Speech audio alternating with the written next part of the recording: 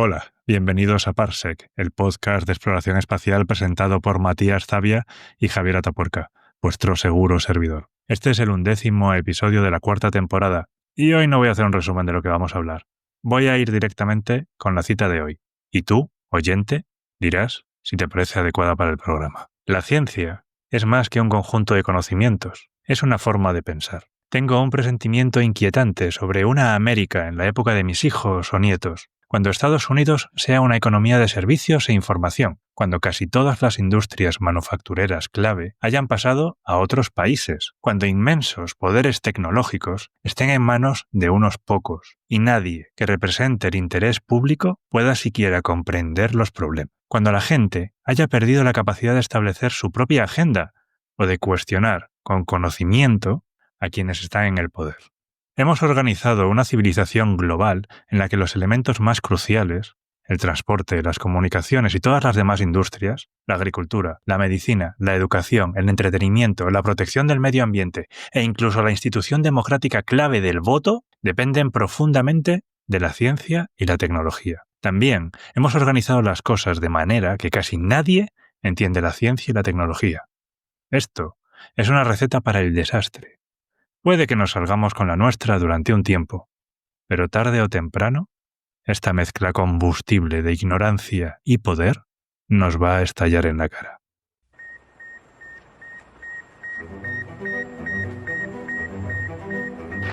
We choose to go to the moon in this decade and do the other things, not because they are easy, but because they are hard.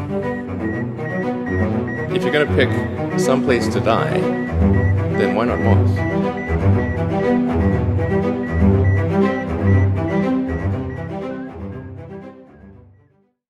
Maravilla, impereceder a esta cita de Carl Sagan, ¿no? Muy bien, Carl Sagan del libro El mundo y sus demonios, la ciencia como una luz en la oscuridad.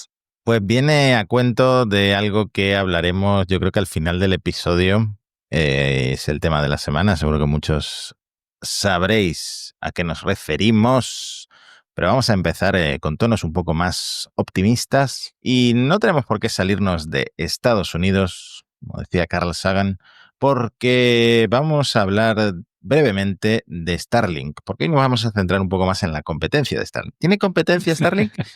Por ahora no, pero en breve la tendrá. Y la razón por la que no tiene competencia Starlink, el servicio de Internet satelital de banda ancha de SpaceX, es porque SpaceX se lo guisa, se lo come y ya lleva 250 lanzamientos dedicados enteramente a los satélites de su megaconstelación. Hay ahora mismo unos 7.000 satélites operativos. Hay una web, nunca me acuerdo cómo se llama, pero hay una web que te permite seguirlos en la esfera. Hay unas cuantas que te permiten seguir cosas de estas de cosas en el espacio. Si me das mientras vas contándolo, voy a buscar en tiempo real porque lo tengo anotado en algún sitio, así que sigue y luego si eso lo suelto. Según me ha salido en Google, tercer resultado, satellitemap.space, ¿vale? Se han lanzado hasta la fecha 8.250 satélites Starlink, de los cuales han reentrado 1.059 y unos 6.241 están completamente funcionales, aunque yo había leído 7.000. Supongo que eso depende de quién actualiza la Wikipedia, porque es donde todos los periodistas sacamos la información más actualizada. Por lo menos así es como lo hago yo. Cuando muera la Wikipedia y lo único que nos quede es ChatGPT o Gemini, pues tendremos datos más desactualizados. Nos quedará por lo menos NASA Spaceflight y ese tipo de... Bueno, y Jonathan McDowell, por ejemplo. Ese también sí, que se ha tenido que ir a Estados Unidos. Creo que se ha vuelto a Reino Unido porque él es británico-estadounidense, no sé si tendrá tenía la doble nacionalidad. Sí, entonces él era británico, si no me equivoco, había estudiado allí, pero luego se fue a trabajar a Harvard y ahora es medio jubilación, medio que la situación política no le convence mucho y se ha vuelto al Reino Unido. Pues muy de actualidad también McDowell por la cantidad de reingresos en la atmósfera. A veces me regañan en Shataka en los comentarios, bueno, siempre me regañan los comentarios de Shataka. Yo creo que si tienen la oportunidad de meterse con un redactor, lo hacen. Y una de las cosas que me dicen es que no existe en español la expresión reentrada atmosférica. A lo mejor es un anglicismo, reentry, no sé. A mí me suena muy natural. La cuestión es que hay Si tantos... no existe, debería existir. Arturo Pérez Reverte, que sé que nos escuchas, por favor, tenlo en cuenta en tu próxima reunión de la RAE. Claro, es que la lógica es, está entrando, no está reentrando. Sobre todo cuando hablamos, por ejemplo, de un asteroide. Un asteroide te puedo aceptar que no reentra, porque nunca estuvo en la atmósfera, viene a visitarnos por primera vez. En todo caso, diríamos, el asteroide que vino a visitar a los dinosaurios, ¿no? Pues no, Sí. el asteroide que reentró y causó una extinción masiva. Pero en el caso de satélites como Starlink, empezaron estando en una fábrica de SpaceX y luego salieron al espacio Y luego y vuelven. ahora están reentrando. Claro. Sí. Y el trabajo de McDowell, esto es lo que conecta con McDowell, es cada vez más imprescindible porque, claro, los Starlink tienen una vida útil de 5 años y ya han pasado 5 años desde el primer lanzamiento de Starlink. Entonces están empezando a reentrar como locos. Sobre todo a partir de ahora van a empezar a reentrar como locos. Y es algo que yo todavía no he visto. No he tenido la suerte de ver quemarse un satélite Starlink encima de mi cabeza, pero creo que en algún momento de mi vida probablemente me toque. Bueno, eso tiene el punto positivo de que habrá más estrellas fugaces y podremos pedir más deseos. Es que es tan ubicuo. Yo lo veo mucho en casa de mis suegros. Mis suegros tienen una piscina y yo a veces estoy allí por la noche, hago la plancha hacia arriba y llevo con mi mujer 20 años. Pues los últimos 5 años es raro que yo una noche de verano mire arriba desde la piscina y no vea un satélite pasando. Es que es una cosa que estamos viviendo en tiempo real. Es que es impresionante cómo el cielo está cada vez más surcado de satélites. Y de hecho, me gustó mucho el otro día esta mini noticia que saqué. Por primera vez ha aparecido un satélite en Google Maps o en Google Earth y claramente es un satélite Starlink, porque los Starlink originales tenían un solo panel solar hacia un lado y ahora tienen mayor envergadura, palabra que siempre que tenga la oportunidad utilizaré porque tiene No lo expliques, no expliques el chiste, Matías. envergadura y putativo son 2 palabras favoritas, ¿no? Pues tienen dos paneles solares, los V2 Mini, y claramente si hacen zoom los señores en Google Maps, en unas coordenadas que he puesto por ahí por Shataka, pues verán el satélite Starlink y en realidad son 5 espectros del satélite Starlink por cómo toma la foto el satélite, que fue el Pleiades, un satélite de observación Pleiades de estos europeos, De Airbus. por Airbus. Y la razón por la que sale como con varios espectros de colores es porque hace la imagen Probablemente distintos filtros. tenga eso. Suelen ser, depende del satélite, pueden ser distintos detectores o distintos filtros. En este caso creo que eran filtros, entonces era una cuestión de tiempo. Cada uno de estos está tomando un instante ligeramente diferente. Y claro, el Starlink viaja a 28.000 kilómetros por hora. Claro, el problema, entre comillas. Pleiades es un satélite de observación de la Tierra. Entonces, aunque tome estas imágenes con estos distintos filtros, estos distintos tiempos, está preparado para que las imágenes que tome de la Tierra, el movimiento que tiene respecto a ello, pues luego pueda reconstruirlo bien. Se ve que hay una muy negra abajo, que es en infrarrojo. Luego las otras 3 que se ven son el rojo, el azul y el verde, el típico RGB, básicamente. Y la otra es... no sé si se aprecia, pero es blanco y negro porque es el pancromático. Este es el que tendría más resolución de todos. Entonces, todos estos filtros, todas estas imágenes luego se juntan a la Tierra. ¿Pero qué pasa? Naturalmente el Starlink se está moviendo con respecto a la Tierra a una velocidad muy alta. Entonces, cuando tú juntas esas imágenes para que reconstruya la Tierra bien, pasa del satélite y el satélite se queda así. Hay mucha gente, o hay gente aficionada, ¿no?, a buscar aviones y ese tipo de cosas, y también se puede apreciar en ellos sutilmente cómo se ven estas franjas de colores en el avión en Google Maps. Ha pasado otra cosa muy graciosa esta semana, que es que el tipo ex no sé qué del Pentágono, el Luis no sé cuántos, publicó una foto nueva de un aparente ovni, aunque ya sabemos, los oyentes de Parsec recordaréis que ya no se dice ovnis, ahora son funnies, ¿no? Los WAPs, ¿Qué era lo que significaba funny? Fenómeno... Anómalo. Es que No ovni, triunfa, ¿eh? Fenómeno ovni anómalo está... no identificado, ¿no? Porque podría ser aéreo, acuático o cualquier otra cosa. No, es que ovni está demasiado, por lo menos en nuestras generaciones, está como demasiado... Orientado a los hombrecitos verdes. Básicamente. Pero yo echo de menos que se diga ovni.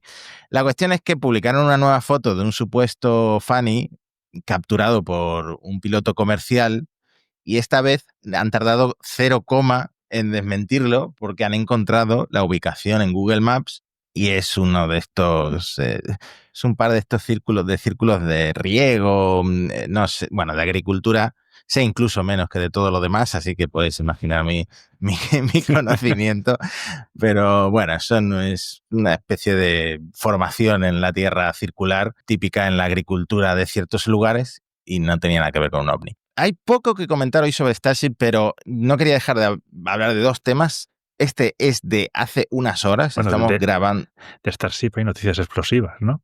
Exactamente, ese es uno de los temas importantes, pero no quiero dejar de comentar uno que ha salido hace unas horas y es que ya tiene autorización de la Administración Federal de Aviación SpaceX para lanzar desde Texas 25 veces al año. Entonces, si la cosa empezara a pintar mejor para Starship, porque no está pintando muy bien últimamente, cabe la posibilidad de que veamos muchos más lanzamientos y esto se convierta como en los lanzamientos de Starlink. El que vea todos los lanzamientos de Starlink, que lance la primera piedra, porque yo alguno me pierdo. Y con los de Starship... con los de Starship temo que pueda empezar a pasar lo mismo, porque 25, pero también tiene su lado bueno, que es que si vamos algún día a Starbase, a lo mejor vemos con mucha más probabilidad un lanzamiento de Starship, que es lo que yo quiero hacer, un lanzamiento y un aterrizaje. Pero esto viene a ser un lanzamiento cada 2 semanas. Es una barbaridad. Es mucho, sobre todo por cómo van las cosas. Recordemos que venimos de 2 explosiones consecutivas, o 3, según se mire, porque el último encendido estático de la Starship 35, que es la que va a volar en el 9º vuelo, pues hubo unos destellos muy raros. Ya sabéis que siempre hay cámaras enfocando 24/7 a las instalaciones de Starbase. Y parece ser que explotó un motor o que algo raro pasó. Era una prueba de 6 motores. Habían hecho una de un motor. La del motor único salió bien, pero la de los 6 motores, pues parece que explotó un motor o que pasó algo raro con un motor. Lo están revisando. Ahora mismo hay previsión, por lo menos tienen el típico aviso a navegantes para mediados de mayo. Pero depende de lo que encuentren en esta revisión de qué ha pasado con el motor. No parecía una buena señal y también depende de cuándo vayan a conseguir la licencia renovada para volver a volar, porque recordemos que el 8º vuelo sigue un poco bajo el escrutinio de la FAA. Y lo último que hay que comentar sobre SpaceX, precisamente sobre Starbase, es que Starbase es ahora una ciudad. Como dice el New York Times, la ciudad de Elon Musk. ¿Por qué lo han conseguido? Es cierto que la obtenían fácil, ya que en Starbase, antigua Boca Chica, sobre todo viven empleados de SpaceX. Entonces, la votación para saber si constituían la ciudad de Starbase, Texas, se saldó con 212 votos a favor y 6 en contra. Una abrumadora mayoría. Creo que todavía tienen que aprobarlo el Estado, pero el gobernador mismo apoyó esta iniciativa, así que no va a tener problemas SpaceX para conseguir su propia ciudad, básicamente, porque el alcalde es un señor que se llama Bobby Peden, que es el vicepresidente de pruebas y lanzamientos de SpaceX en Texas. Y luego los 2 concejales también son empleados de SpaceX o ex empleados de SpaceX. Entonces, básicamente, libertad total dentro de lo que es las normativas o el alcance de lo que puede hacer un municipio para un montón de cosas. Sobre todo lo querían para vivienda, para poder construir vivienda a tope para los empleados que puedan vivir más cerca de las instalaciones de Starbase, pero también para infraestructura y para controlar pues estos cierres de carretera que hacen cada 2x3, imagínate con 25 lanzamientos al año, más las pruebas de encendido, más no sé qué, no sé cuánto, por supuesto hay gente en contra porque cerrar la carretera, solo hay una, también implica cerrar la playa, y es una playa bastante popular en un entorno pues natural importante. Entonces, ahora pues es SpaceX la que decide todas estas cosas, lo que yo creo que en la sombra o de facto ya estaba ocurriendo. Sí, es una forma un poco de legalizarlo. Que decías que había otras empresas también que tenían sus propias ciudades así, ¿no? Yo conozco el caso. Bueno, en China creo que empieza a haber más de una, pero por ejemplo Huawei tiene en China unos campus brutales. Tiene un campus de I+D que es literalmente una ciudad. Y Toyota en Japón también es un caso conocido, que tienen la Toyota City, pero no sé si en alguna otra empresa espacial tendrá su propia ciudad. Yo creo que esto es una cosa muy eloniana, ¿no?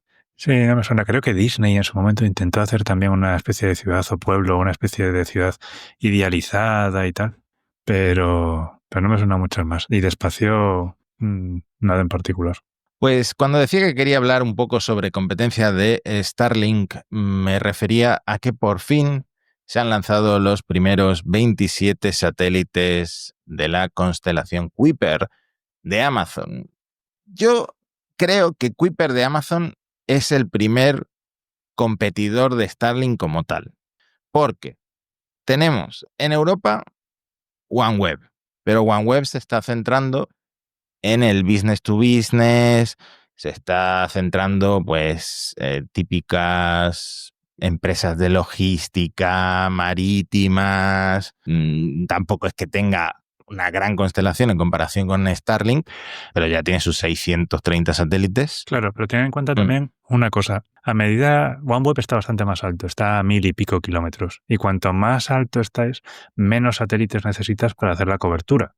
Bueno, lo que pasa es que Starlink tiene redundancias salvajes, porque también quiere dar servicio a mucha más gente. OneWeb, centrándose en el business to business, necesita menos. Pero la cuestión es que cuanto más alto estés, menos satélites necesitas. Entonces, que sean menos es lógico, y creo que también era uno de los puntos de por qué hacían la órbita tan alta.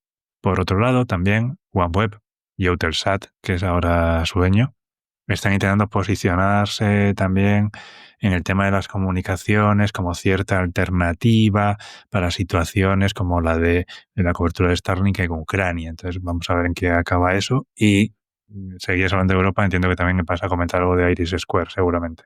Bueno, es que ahí lo veo muy en el futuro, y sobre todo empezando como algo gubernamental, ¿no? Y de defensa. No veo que Iris Square... No, Iris Square obviamente no se va a dirigir tampoco a cliente final como tú o yo, o será más que nada para garantizar la capacidad de Europa de comunicaciones y garantizar en caso de que haya problemas que se pueda mantener la comunicación gubernamental y militar, ¿no? Un poco lo que se ha visto que proporcionaba Starlink en Ucrania y que probablemente Estados Unidos haya buscado también con el Starshield.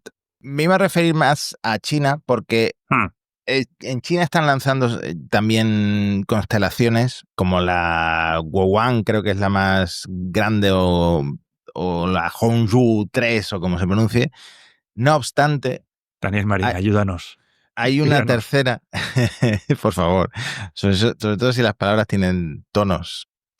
Hay otra empresa que se llama SpaceSail que tiene un objetivo muy curioso, que es competir en Brasil. Han visto en Brasil un potencial importante y en otros mercados similares, y la baza que tienen es que podrían llegar a ofrecer precios un 30% más baratos que los de Starlink. Que no sé cómo van a hacerlo, porque Starlink no para de salirme anuncios de contrata ahora Starlink Mini, 0 euros, te damos directamente el terminal, te damos la antena y por 30 euros al mes lo tienes. Yo no sé quién puede competir con eso, teniendo en cuenta la cobertura, la latencia y la velocidad que tiene Starlink. Además, se han promocionado mucho recientemente por el tema del apagón. Que no hemos hablado del apagón nosotros, Javi. ¿Cómo te pilló el apagón? Bueno, pues a mí me pilló en GMV. que tiene su propio SAI y servicio, con lo cual no tuve mucha pérdida de electricidad para trabajar. Tuve completamente pérdida de datos y entonces perdí comunicación con la familia y no sabía realmente qué estaba pasando, y eso sí fue un poco más preocupante.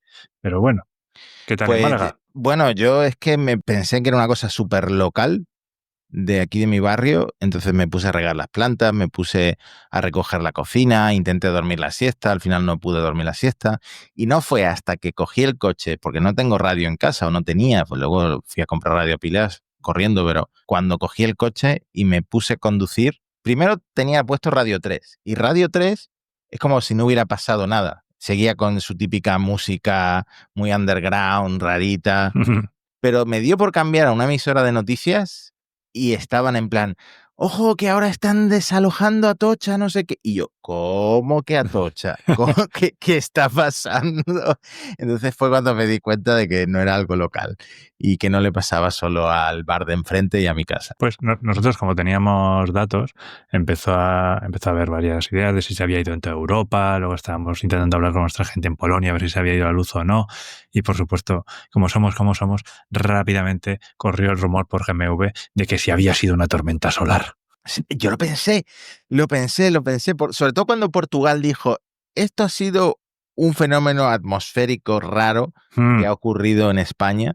Y entonces pensé, ¿se referirá a una tormenta solar? Pero claro, no creo que una tormenta solar tan localizada como en el suroeste de España. Y el señor Musk ha estado... Fíjate que quería dedicarle poco tiempo a SpaceX y llevamos... Aquí estamos. El señor Musk ha estado promocionando que Starlink funcionó durante el apagón. Es cierto, aquí hay que poner un asterisco, porque es cierto que Starlink funcionaba. Yo entrevisté a un par de personas que estuvieron usando internet con Starlink y dicen que iba incluso mejor de lo normal, porque claro, habría menos usuarios, pero estas dos personas que yo entrevisté tenían o baterías de estas gigantes, grupos electrógenos, con los cuales podían usar todo el día el router, la antena y la nevera, o tenían su instalación de autoconsumo de paneles solares con baterías, ¿no? Y por eso podían usar Starlink. Y mi duda, sé que se cayeron muchos operadores de fibra óptica, pero mi duda es si con estas ventajas de soy independiente de la red eléctrica, la fibra óptica también habría funcionado. Creo que en algunos sitios sí habría funcionado y en otros no. Por ejemplo, las torres de telefonía móvil, celulares, en mi caso no volvieron hasta la madrugada. Entonces, dependería mucho del lugar, pero sí que Starlink y Elon han aprovechado la ocasión. Kuiper, que fíjate que el tema era Kuiper, ¿Cómo derivamos? han sido los 27 primeros satélites operativos, por llamarlos de alguna manera, porque los dos anteriores eran de prueba, lo cual significa que empiezan bastante tarde, porque el Project Kuiper lleva sobre la mesa desde 2018. SpaceX empezó a lanzar Starlink en 2019, o sea, los primeros Starlink operativos funcionales, los 60 primeros satélites Starlink fue en 2019. Y no solo llegan tarde, sino que han lanzado con un Atlas V en lugar de con un pues New Glenn o con un Vulcan, ¿no? Que sería lo suyito, pero todavía no tienen disponibilidad como para hacerlo con esos otros cohetes. Aunque evidentemente, ya hemos dicho en algún episodio, tienen contratados todos los cohetes que existen. Se hicieron en su momento, en 2022, la mayor adquisición comercial de cohetes de la historia. Contrataron 7 Atlas V, 38 Vulcan, Matías, todos Atlas los New 5. Glenn que... Matías, Atlas 5. Sí, bueno, Atlas 5, perdón. Todos los New Glenn conocidos. El Ariane 6. Pero tienen el problema de que ninguno de estos, veremos el New Glenn en el segundo intento, pero ninguno de estos es todavía reutilizable. Entonces lo tienen complejo. Sí, porque su licencia con la FCC, ¿no? Con la Federación de Comunicaciones, tienen que lanzar la mitad de la constelación, que son más de 1.600 satélites, para julio de 2026, que eso es de aquí a un año. No creo que lo sigan lanzando de 27 en 27, porque si lanzan 27 tienen que tener 59 lanzamientos más o menos, Así que van un poco fastidiados, más vale que les den un retraso. Y además prometen mejores velocidades que Starlink. Lo tienen muy complicado, sobre todo cuando Starlink se empiece a lanzar con Starship, porque serán satélites más grandes, pero prometen hasta planes de 1 gigabit. Y para eso necesitan muchos satélites. Están a 600 kilómetros de altitud. Necesitan una cobertura global y poder cumplir con esa promesa de la velocidad. Pero voy a decir una cosa, con todas estas constelaciones, con la de SpaceX, la de Starlink, ¿no? Kuiper, las de China, me parece igual que las normativas de basura espacial se nos están quedando pequeñas, porque, claro, una cosa es que digas, no te preocupes, todos los satélites reentran en, pongamos, los 5 años, que es ahora el límite más estricto que se ha puesto frente a los 25. Ojo, aunque sean 5 años, y en el ritmo que vamos, en algún momento vamos a tener cientos, si no miles de satélites bajando sin control. Eso parece una receta para el desastre, aunque sea que desaparezcan en 5 años, pero van a ser cientos o miles de satélites ahí en órbita sin ninguna forma de controlarlos ni hacer nada. Y todas estas constelaciones pueden estar muy bajas y todo lo que quieras, pero están por encima de la ISS y la Estación Espacial China. Con lo cual vamos a tener ahí cientos o miles de satélites probablemente pasando cerca de estas estaciones. Lo que dure la ISS, por otro lado, que ya lo hablaremos, pero bueno. Citando a un genio, se va a ver un follón que no sabe las estaciones espaciales donde se han metido. En España y en Europa en general parece que solo hay dinero para defensa últimamente y mucho dinero, en el caso español, para satélites espía militares, ¿no? Sí, exactamente. Recientemente el Consejo de Ministros aprobó, mediante un mecanismo curioso, un préstamo de 1.000 millones de euros para Hisdesat para que empiecen el desarrollo de 2 nuevos satélites que serían PAZ-2. El programa de observación de la Tierra de España tenía 2 ramas, una militar y una civil. La militar era el satélite PAZ, un radar, y la civil era el satélite Ingenio, que desgraciadamente explotó en un lanzamiento de un Vega. No sé si hemos hablado un día de cómo empezó este programa, pero un día lo podemos hablar. Incluye tradiciones francesas, así que es un tema apasionante. El caso es que Paz sí que se consiguió lanzar con un Falcon 9 y está ahora funcionando y proporcionando imágenes para la defensa, ¿no? Entonces, para continuar con este programa, han tenido que hacer este mecanismo, dado que no podían conseguirlo mediante las formas tradicionales de financiación de Hisdesat, y esto, de hecho, excedía los límites habituales y ha tenido que aprobarse como una autorización especial del Consejo de Ministros.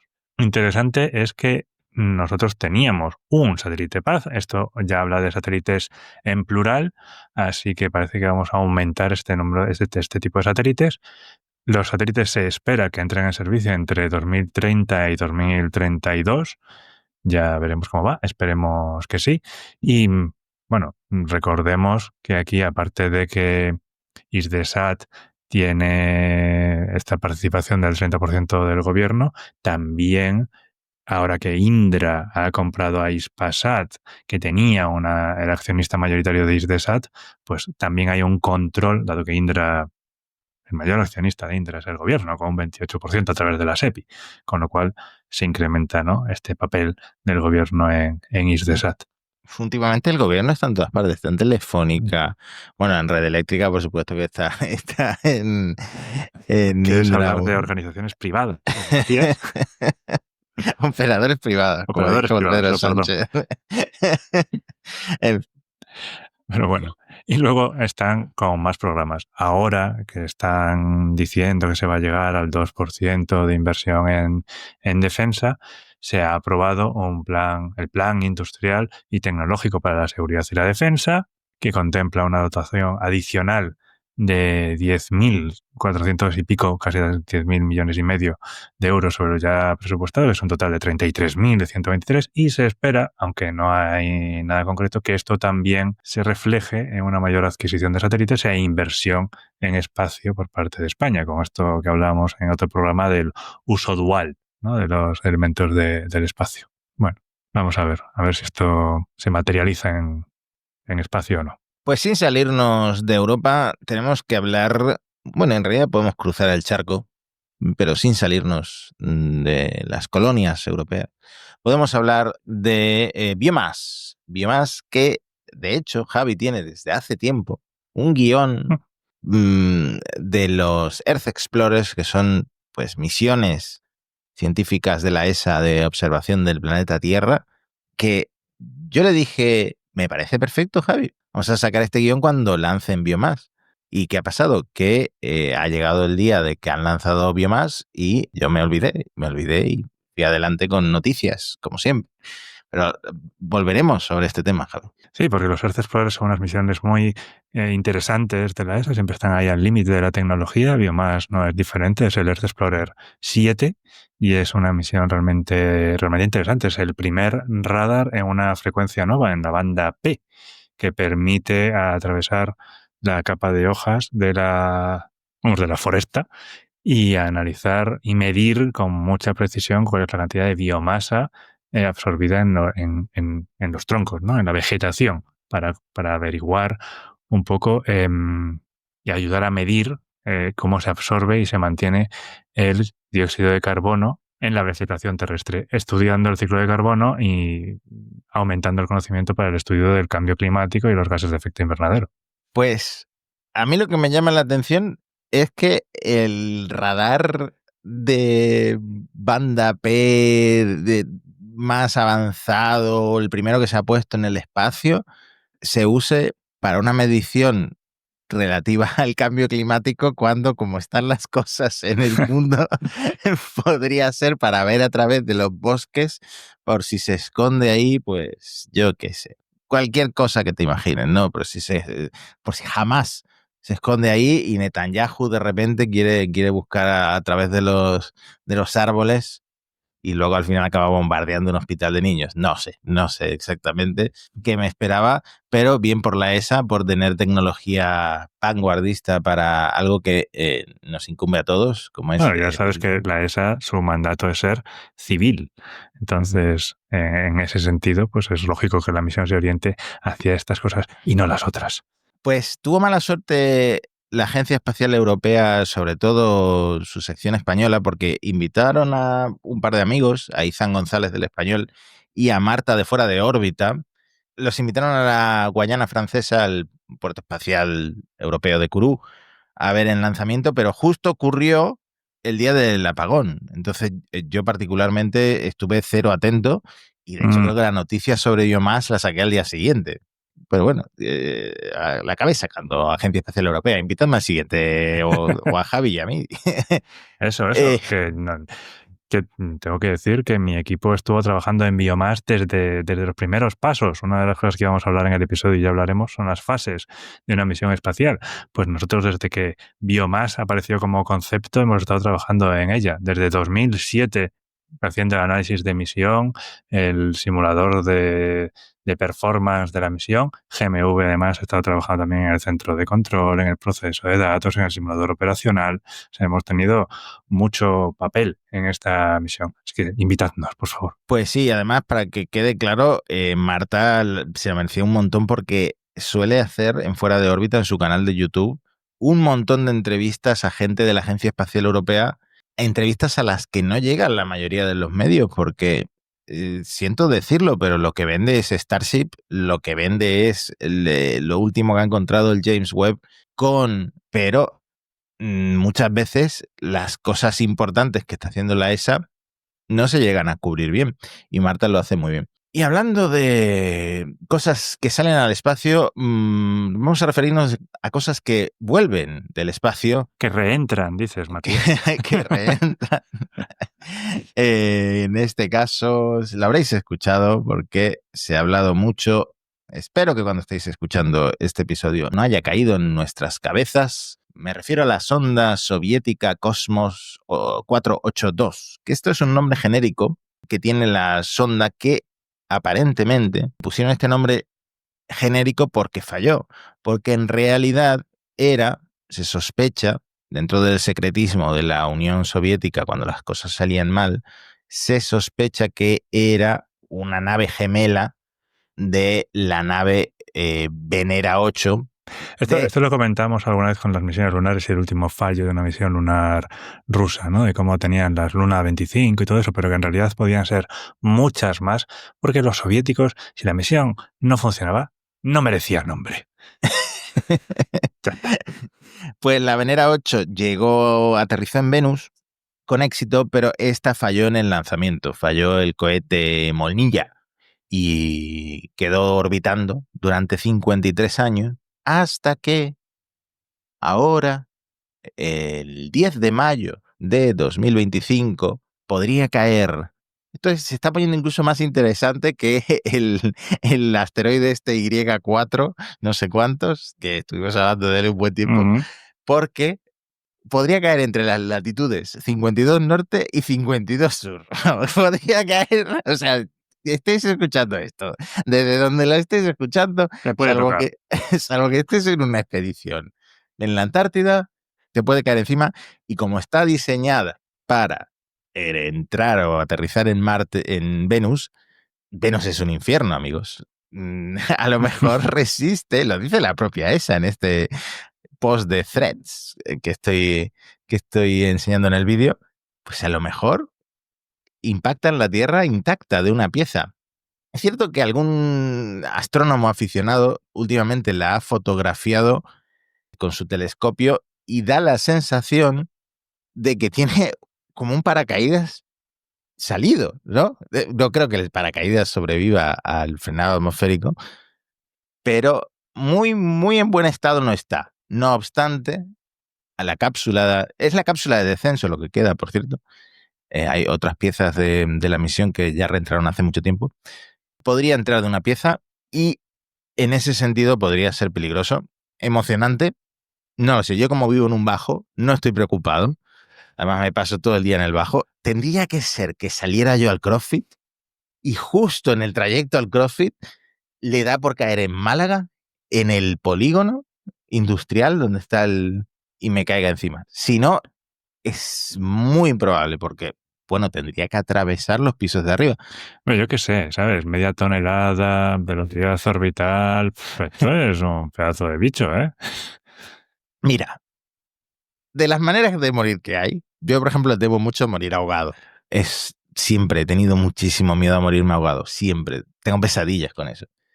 Si te cae una sonda de media tonelada encima, una cápsula rusa robusta diseñada para Venus, te cae encima después de 53 años dando vuelta en el espacio, no te enteras. Pasas a los libros de historia y ni te ha dolido, porque es que no te va a dar tiempo. Yo lo firmo. Yo lo firmo para que me reentre encima cuando tenga 90 años. Mira, que me pille solo. El seguro de vida le paga a mi mujer la mitad de la hipoteca, que no se lleva a nadie más delante, solo a mí. Yo lo firmo.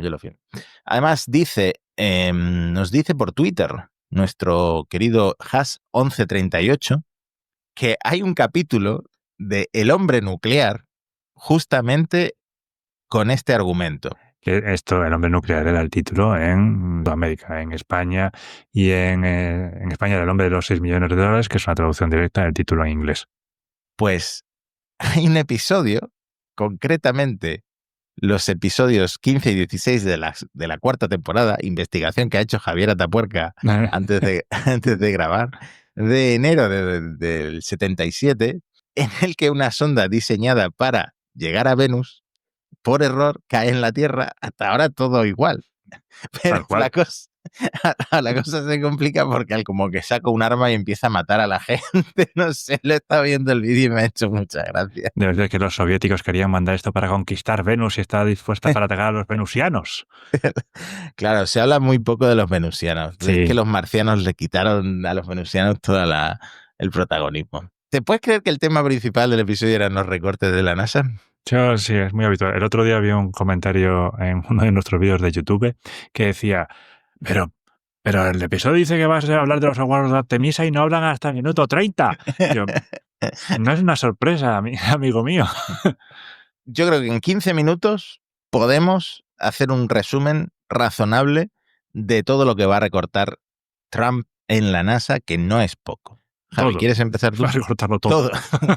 Bueno, todo no. No, pero bueno, es verdad que es algo que ya lleva hablándose un tiempo. Había ya rumores hace unas cuantas semanas y se hablaba de un recorte bastante importante. Ahora ya la administración Trump ha presentado el documento que no solamente es el presupuesto de la NASA, es básicamente todo el presupuesto federal que se manda al Congreso para su aprobación. Lo que pasa es que nosotros nos fijamos en lo que nos fijamos. Y en el caso de la NASA, el recorte que se está poniendo es prácticamente del 25% del presupuesto. No es la única que se recorta, como hemos dicho. Otras agencias como la NOAA también se recorta, o la Agencia de Protección del Medio Ambiente también se recorta. Vaya, qué sorpresa, ¿eh? Veo una especie de pauta. Hay dos agencias o dos elementos que hemos detectado. Nos estuvimos mirando el PDF de la información y hay un par de departamentos que suben como la espuma, que son el Departamento de Defensa y el Department of Homeland Security, o el Departamento de Seguridad de la Patria, y cuando lo dices así te hace pensar en precisamente las políticas de Trump. El caso, esos tienen unas subidas muy significativas. ¡Qué locura!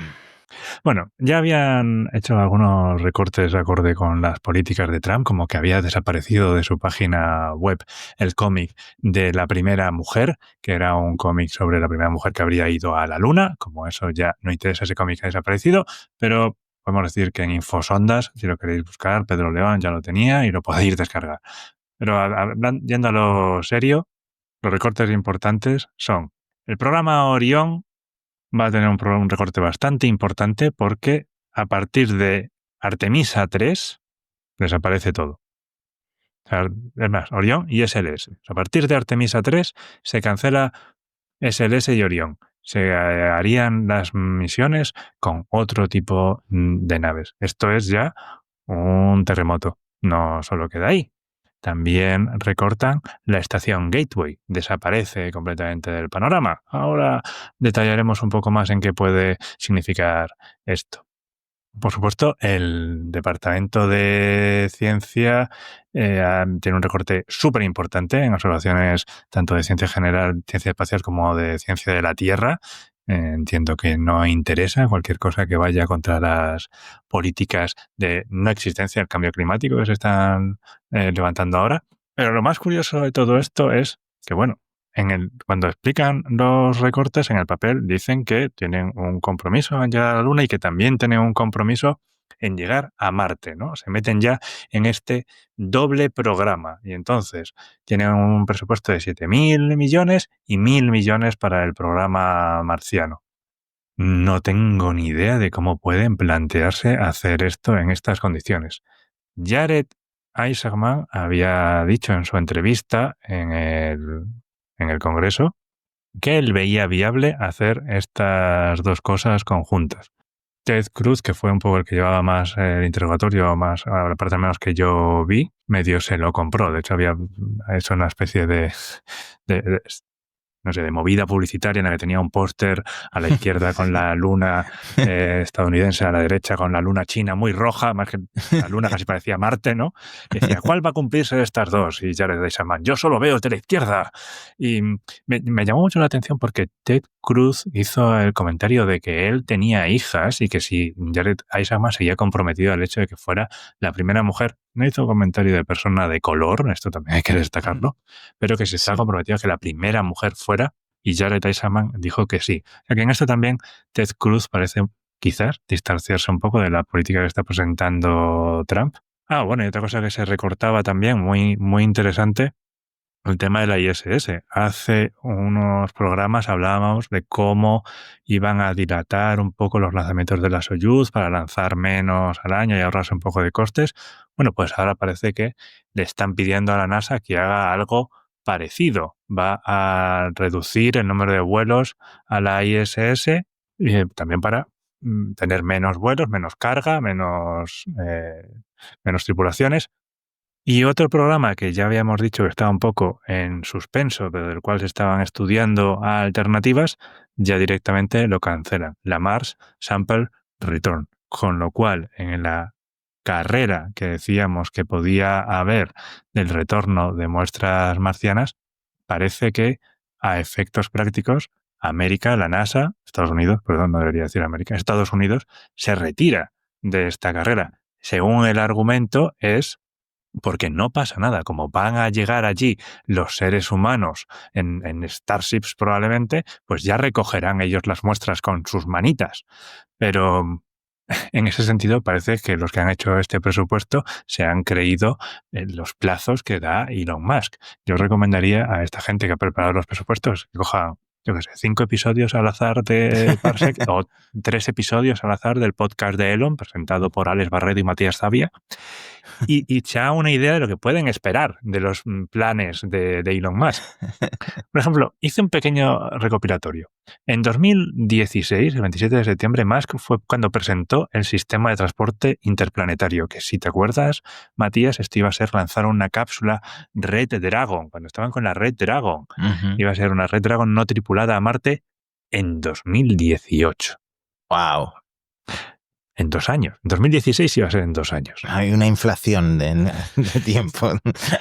Bueno, lo cancelaron y en 2017 se centraron en la Starship. Entonces, en septiembre, en el Congreso Internacional de Astronáutica, Musk anunció lo que entonces era el Big Falcon, vamos a decir Big Falcon Rocket, ¿no? E iba a lanzar 2 misiones de carga a Marte en 2022, seguidas de 2 misiones tripuladas en 2024. Vaya. En 2018, ya cambiaron el nombre a la Starship y iban a realizar misiones en los próximos años, aunque no tienen muchos plazos. Y en 2020, Musk también afirmó que en SpaceX podrían realizar su primer viaje a Marte en 2024. Ahora el plazo es lanzamientos en 2026 y todo tripulados en 2028. Chico, yo qué sé, ¿sabes? Has hecho un resumen increíble. Es que hay tantos aspectos que comentar de todo lo cancelado. Bueno, todavía no, que esto tiene que pasar por el Congreso. Correcto. Uh-huh. Pero yo creo que nos da una idea de por dónde van a ir los tiros, porque además, como dice Javi, Jarek Isaacman esbozó una idea relativamente similar. Primero, el gran ganador, que no pudo participar por conflicto de interés en ninguna toma de decisión relativa al presupuesto de la NASA, es Elon Musk y es SpaceX, porque se cancela Mars Sample Return. Ahora quedará en manos de la industria privada traer de vuelta los tubos estos del Perseverance, pero justo hay una empresa privada que tiene entre sus prioridades llegar a Marte el año que viene con sus robots Tesla Optimus, que es SpaceX con la Starship, y en la siguiente ventana con una misión tripulada. Pues a lo mejor uno de estos robots puede coger los tubos y meterlos en la Starship y traerlas de vuelta. Pero también por Artemis 3, que estaba en dudas que iba a pasar, pero aparentemente se confirma que todo sigue igual con la Starship o el módulo lunar HLS, Human Landing System, que es una Starship, como módulo de aterrizaje o alunizaje, perdón, por la gente que se ofende cuando digo que se aterriza en la Luna. Entonces, ganador Elon Musk, gran perdedor Europa y la Agencia Espacial Europea. ¿Por qué? Europa desarrolla, por un lado, el módulo de servicio europeo del que hemos hablado, largo entendido, porque Javi hizo también parte del predecesor de El ATV, es verdad. el ATV, que es parte esencial de la nave Orión, también cancelada a partir de Artemis 3, a partir de 2027. Entonces eso significa que las siguientes misiones no van a necesitar un módulo de servicio europeo. Esto deja en dudas en qué momento van a ir astronautas europeos a la Luna. Pablo Álvarez, por ejemplo, nuestro amigo y oyente y querido oyente favorito, por delante de Jeff Bezos. Sin duda. Lo siento, Pablo, pero es que ahora mismo no sabemos en qué momento vas a ir a la Luna, ¿no? Porque se hablaba de... Estamos seguros de que irás, pero no sabemos cuándo, ni dónde, ni cómo.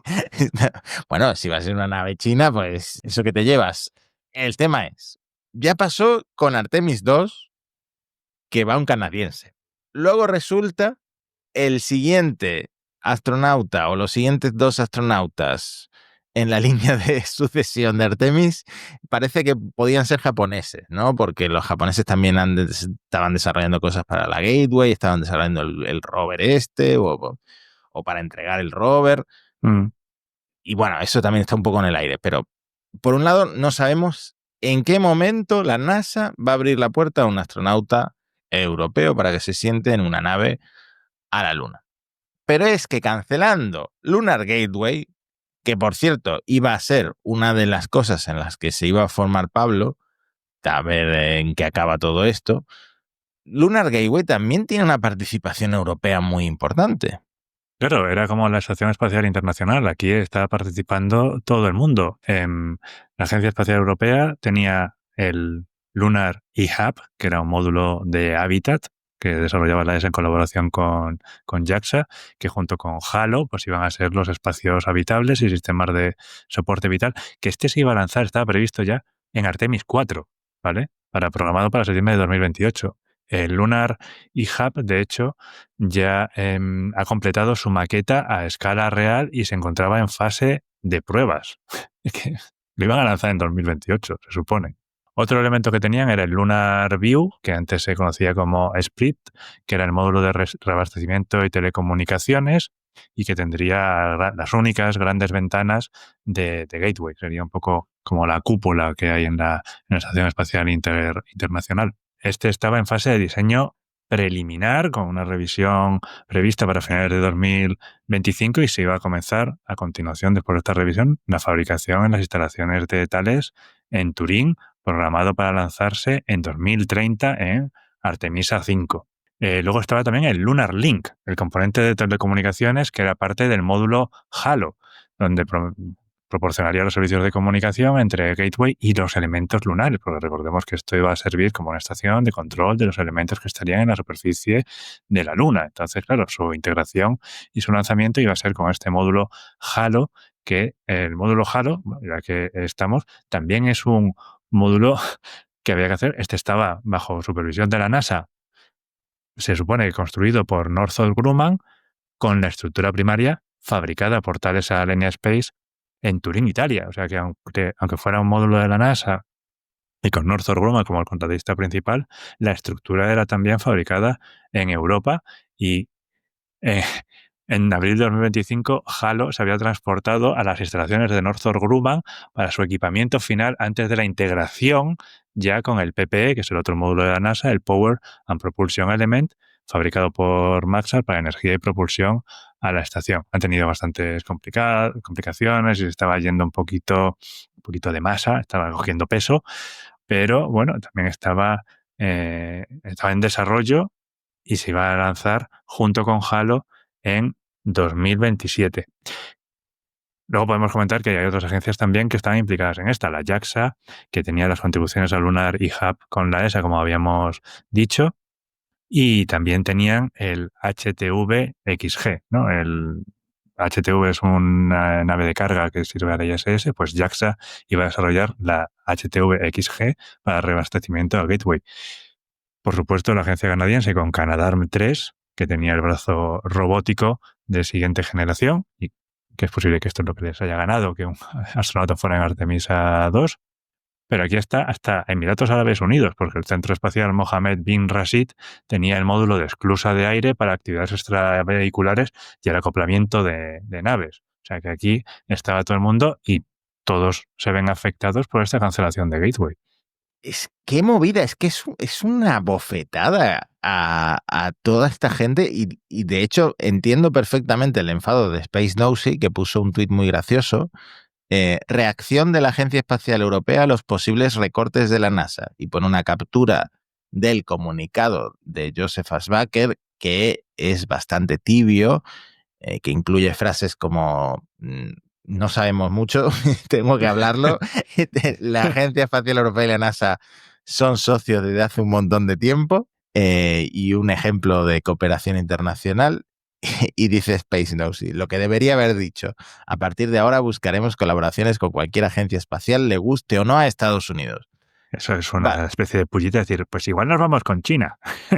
Claro, Es que esto es lo que se está hablando. Y ya los 15 minutos se van a cumplir y se han cumplido, pero por cerrar el episodio, bueno, lo primero, el Rosalind Franklin, según Eric Berger, está incluido en los recortes y Rosalind Franklin es el rover maldito, el rover marciano de la Agencia Espacial Europea que era con Rusia, pero como Rusia no, pues con Airbus al final, pero tiene parte de colaboración con la NASA, que no sé exactamente qué hace la NASA, lo tengo por aquí apuntado. Creo que iba a dar alguno de los RTGs o algún tipo de sistema de generación. Sí. Pero no solo eso, también es que proyectos que prácticamente están para ser lanzados, como el telescopio Nancy Grace Roman, que era este telescopio que le había dado la NSO, ¿no?, a la NASA, que le había dado 2, no sabía qué hacer con ellos y no tenía presupuesto para lanzarlos, y con uno de ellos pues prepararon el Nancy Grace Roman. Pues está en cierto peligro. Pedro León en Infosondas ha publicado también un artículo, tiene cierto miedo de que cancelen las Voyager, porque obviamente, bueno, ya están haciendo lo que pueden, están viejecitas y pueden ser unos candidatos a los recortes, que bueno, las Voyager se han ganado, yo creo, el derecho a morir de forma natural, ¿no?, digamos, a morir por ellas mismas, a alcanzar el fin de su vida sin tener que ser canceladas en estos lamentables recortes. Pero es verdad que pueden ser recortadas. Hay misiones que están en marcha, por ejemplo, te puedo decir en cosas en las que yo estoy directamente involucrado, ¿no? Ahora mismo la ESA se está planteando la siguiente generación de las misiones Sentinel, entre ellas Sentinel-2, que es la misión, digamos, de observación más tradicional, lo que consideraríamos observación, no radar, ¿no? Una observación más como con cámara. Bueno, pues estaba hablando mucho de cooperación con la NASA en Landsat Next, ¿vale? Que es la misión Landsat, las misiones de observación de la Tierra icónicas de la NASA, sí, y del NOAA. Bueno, pues claro, también aquí han metido tijera porque directamente lo mencionan en los recortes diciendo que reestructuran la siguiente misión, que me llaman dorada, dorada, ¿no? Bañada en oro, la misión Landsat Next. Y ya te digo, aquí se está hablando de cómo hacer que las misiones fueran lo más complementarias posibles, las frecuencias de observación, las frecuencias de revisita para poder tener las observaciones. O sea, de una forma u otra, esto es una carga de profundidad, es un impacto en la línea de flotación de la NASA que va a tener que cambiar completamente, siempre y cuando, como has dicho, esto se ha aprobado tal cual en el Congreso, que entiendo yo que habrá varios senadores y congresistas que lucharán para que los programas que afecten a sus estados no sean cancelados.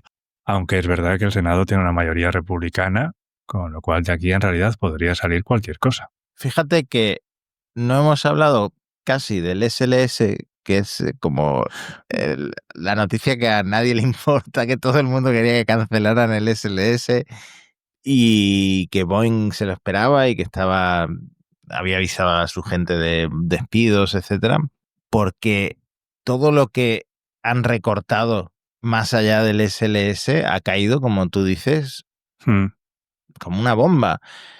Solo un comentario más. He visto a bastante gente decir que prácticamente desde la cancelación de la lanzadera espacial, Estados Unidos había perdido un poco o no tenía un rumbo claro. Alguna gente incluso se remonta al final de Apolo, ¿no? Uh-huh. Kennedy había puesto a la agencia en una ruta muy clara y relativamente definida y marcada, que era llegar a la Luna con Apolo.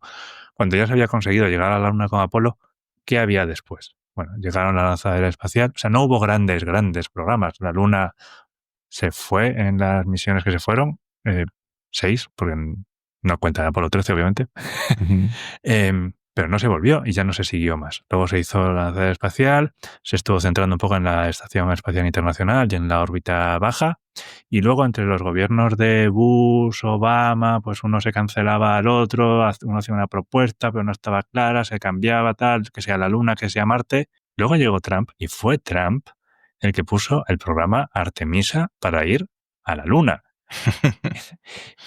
Y ahora, quizás influenciado por Musk, medio lo cancela, medio pone Marte en el candelero sin realmente poner los medios para ello.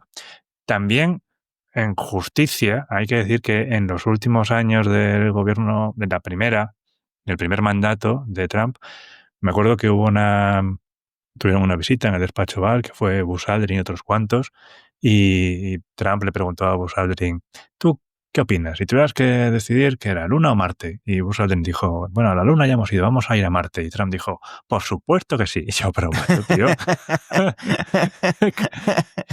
¿qué eres tú el que ha montado Artemisa? ¿Esto qué es? Bueno, pues igual también se quedó con el run run y en el segundo mandato ha dicho, hombre, pues lo que me dijo Buzz Aldrin me está diciendo más, pues venga, ya para adelante, ya está, ya está. Sí, yo creo que Trump gobierna como gobernaría yo.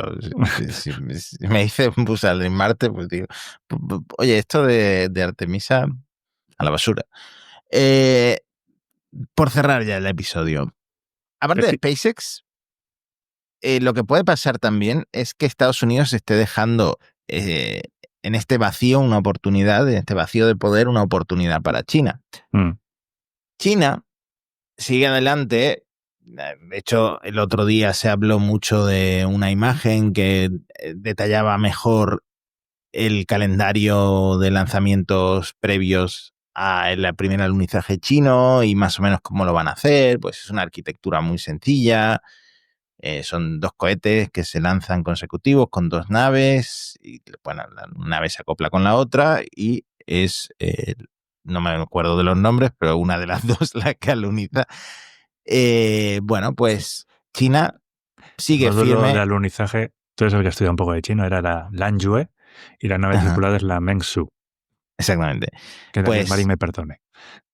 Esta fecha sigue firme, en 2030, el alunizaje. Quién sabe si Artemis 3 se va a seguir retrasando y la primera mujer en la Luna es China. Pero no solo eso.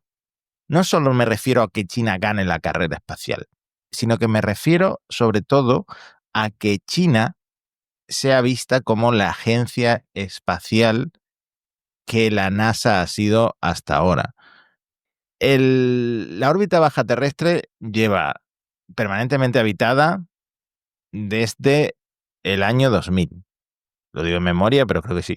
Cuando retiran la Estación Espacial Internacional, que de hecho forman parte de los recortes, quieren mandar menos astronautas y en 2030 la acaban jubilando, pues seguirá ahí la Estación Espacial China. Si no están a tiempo las estaciones comerciales, pues China tendrá ese papel en la órbita baja terrestre, con el desafío de la basura espacial, como dijo antes Javi.